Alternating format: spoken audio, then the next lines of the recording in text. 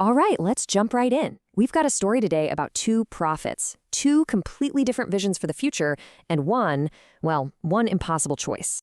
So, picture this. Your nation is teetering on the edge of total collapse. One leader is telling you to surrender, the other is promising a miracle. Who do you listen to? I mean, this was the actual life or death choice facing the kingdom of Judah back in 593 BC. And this wasn't just some political argument. No, this was a full-blown prophetic showdown. The fate of the entire nation was on the line, and picking the wrong side meant, well, game over. So how did things get so bad? To really get a feel for the insane pressure King Zedekiah was under, we gotta rewind a bit and see how Jerusalem ended up on this cliff edge. Okay, so Judah was basically a puppet state. They answered to the mighty Babylonian Empire, the superpower of the day. But by 593 BC, you could feel something in the air, a spark of rebellion. Ambassadors from all the neighboring kingdoms, Edom, Moab, Tyre, they all show up in Jerusalem. The plan? To form a coalition, a united front, and finally push back against the big bully on the block. And you might think, okay, this is about armies and tactics, right? But it wasn't. At its core, the debate was actually theological. It was about who God was and what he wanted. And believe me, how they answered that question was literally the difference between life and death. So, right into the middle of this super tense, high-stakes political powder keg walks the prophet Jeremiah. And he's got a message that absolutely nobody is going to want to hear. Jeremiah's message was just shocking. He basically says, look, this isn't about our army versus their army. This is bigger than that. He's saying God himself has handed power over to Nebuchadnezzar, the king of Babylon. He's calling him my servant. So trying to fight back, that wasn't just a bad military idea. It was literally fighting against God's will. It was rebelling against God himself. And get this, he didn't just say it, he wore it. Jeremiah starts walking around Jerusalem wearing a heavy wooden yoke on his neck. You know, the kind you'd put on an ox to plow a field. He literally became a walking billboard for his terrible prophecy, a living, breathing symbol of the choice they faced: put this yoke on willingly or be destroyed. So for Jeremiah, surrendering wasn't about being a coward. It wasn't a political failure. It was the only path to survival. It was a brutal, painful truth, for sure, but he was convinced it was the only way to live. Okay, but here's the thing. Jeremiah wasn't the only one with a megaphone. There were other prophets, and they were way more popular. Why? Because they were selling a message that was so much easier to hear. A message of hope, of defiance, and best of all, a promise of a quick and easy victory.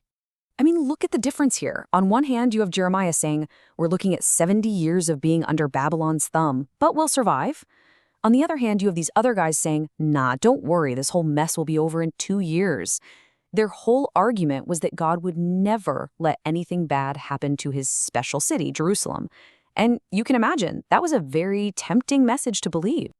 Well, a clash this big couldn't just stay in the back rooms. It was bound to spill out into the open.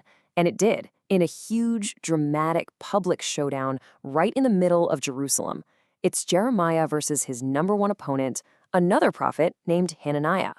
So try to picture the scene. The air is thick with tension. Jeremiah is out there, in public, in front of all the priests and the people. He's got that heavy wooden yoke literally sitting on his shoulders. You can see the weight of his message. And he's begging them, just begging them, to accept this hard reality. And then, out of nowhere, Hananiah steps up. And he doesn't just say, hey, I disagree. No, he goes all in. He claims he has a message from the very same God, and it's the exact opposite of Jeremiah's. He's telling everyone that Jeremiah has got it all completely wrong.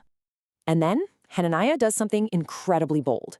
He walks right up to Jeremiah, grabs that wooden yoke right off his neck, and smashes it into pieces on the ground for everyone to see. This was pure theater. He wasn't just breaking a piece of wood. He was symbolically destroying Jeremiah's entire prophecy. He was replacing a message of doom with a promise of victory. And soon, you can just imagine the crowd going wild. But Jeremiah's response, it's absolutely bone-chilling. He looks at Hananiah and basically says, you broke the yoke of wood? Okay. But because you did that, because you made the people trust in a lie, God is now going to replace it with a yoke of iron. The message was terrifyingly clear. By listening to this comforting lie, you haven't escaped your fate, you've just made it so much worse. So there it is. Two prophets, both saying, "Thus says the Lord," but with completely opposite messages. Who's telling the truth? Well, they wouldn't have to wait long for the answer. History was about to hand down its verdict, and it was going to be fast, and it was going to be brutal. And the irony here is just staggering. Hananiah, the prophet who promised everyone that everything would be fine in 2 years, was dead himself in 2 months. Think about that. The very first judgment didn't fall on the king or the people. It fell on the man who told them the comforting lie they wanted to hear. And that right there is the absolute core of this whole story. It shows us that what we believe about God, our theology, it isn't just some abstract academic thing. It has real-world life and death consequences. The easy, feel-good message of peace ended up being a death sentence. And Jeremiah's hard, miserable, unpopular warning, that was the only real path to life. So at the end of the day, this ancient showdown isn't really just a history lesson, is it? It forces us to ask ourselves a really uncomfortable, timeless question. When the truth is painful and a lie is comforting, which one do we choose? Because it's always, always tempting to believe the reassuring story. But what happened in Jerusalem is a stark reminder that sometimes the price we pay for a comforting lie is infinitely higher than the pain of a difficult truth.